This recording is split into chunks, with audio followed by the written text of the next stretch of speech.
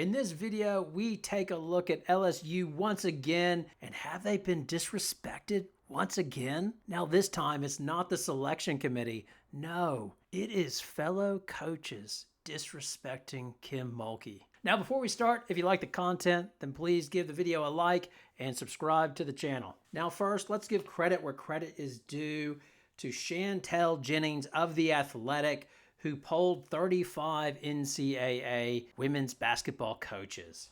And essentially 3 questions were asked. Who are the coaches that come up with the best offensive game plans? Who are the coaches that come up with the best defensive game plans? And who are the coaches that make the best in-game adjustments? Now, I will first read through the results of the polls as I found them interesting and some of the comments. But the other thing, there was a coach that was left off the list. Spoiler alert, I think you might know. It's Kim Mulkey. And we will touch on why she was left off by her fellow brethren coaches. Is it a bit of snobbery or what is going on with that? But first, in terms of best offensive coach, so Geno got 4 votes. Jenny Baranchek from Oklahoma also got 4 votes. Lisa Bluter from Iowa, 3 votes. Carl Smesko from FGCU, the Eagles, also got 3 votes.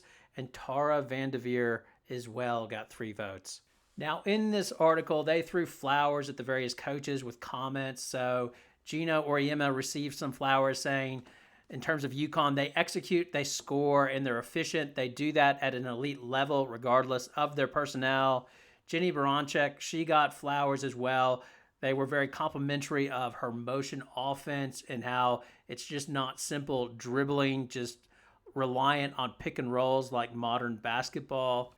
With one coach saying they struggled at the beginning of the year, but they turned it around. She always finds ways to score. And another saying not many Power 5 schools are running 5-out motion like that.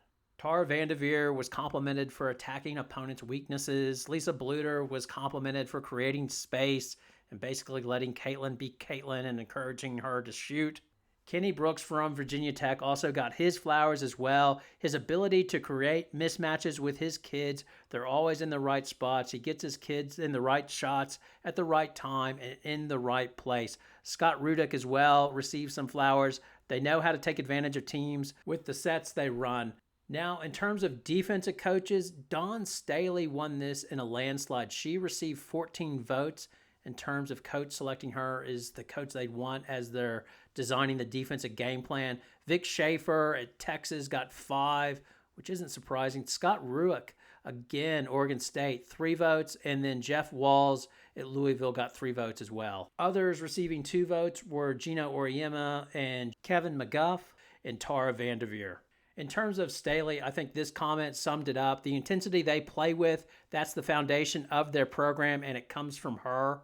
Vic Schaefer also got flowers with somebody saying, they just take you out of your stuff. You may score against them, but you're going to have to work really hard, and you're never going to get your first or second option very rarely. And then there was this praise for Jeff Walls. He has the amazing ability to make sure his kids know exactly what they need to do given their other team's personnel. They're really opponent personnel driven. They are so good at taking away what you do well and frustrating you through that process.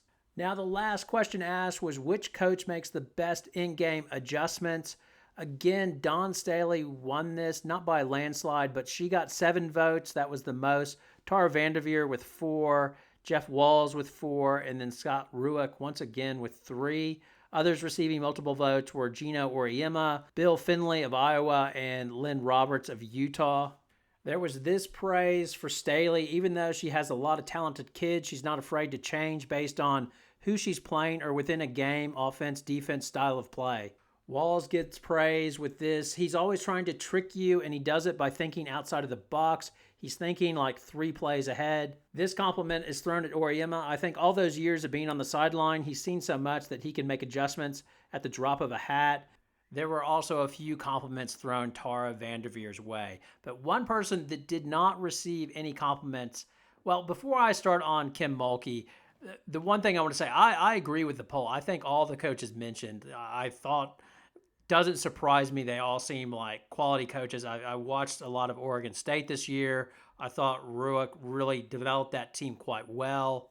And I mean, no surprise, Geno Auriemma can coach. I mean, surprise, surprise, he's going to get compliments. Same thing with Vanderveer as well. Kenny Brooks, you could see how that Virginia Tech team improved during the year. He had a lot of transfers, and by the end of the season, before Kitley's injury, they were looking good. And I think that is really a good sign of a good coach.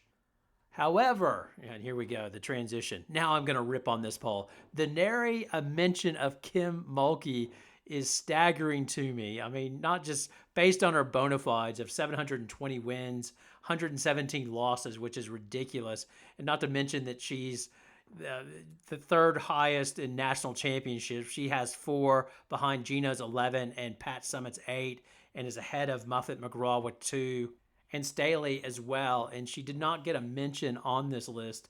Seems very strange to me. And I don't know. It's one of two things is going on here. Is one, is it that other coaches are jealous of the success that she's had with the transfer portal and the seeming NIL advantage that LSU has, and that how Haley Van Lith transferred there and they got Anissa Morrow? Is that what the issue is? Is it just petty jealousy, and is that why they're not mentioned? Or is it basketball snobbery, i.e., coaches, that coach like they study the game, and like students of the game, they like the most exciting thing and who runs the best motion offense and all the intricate parts.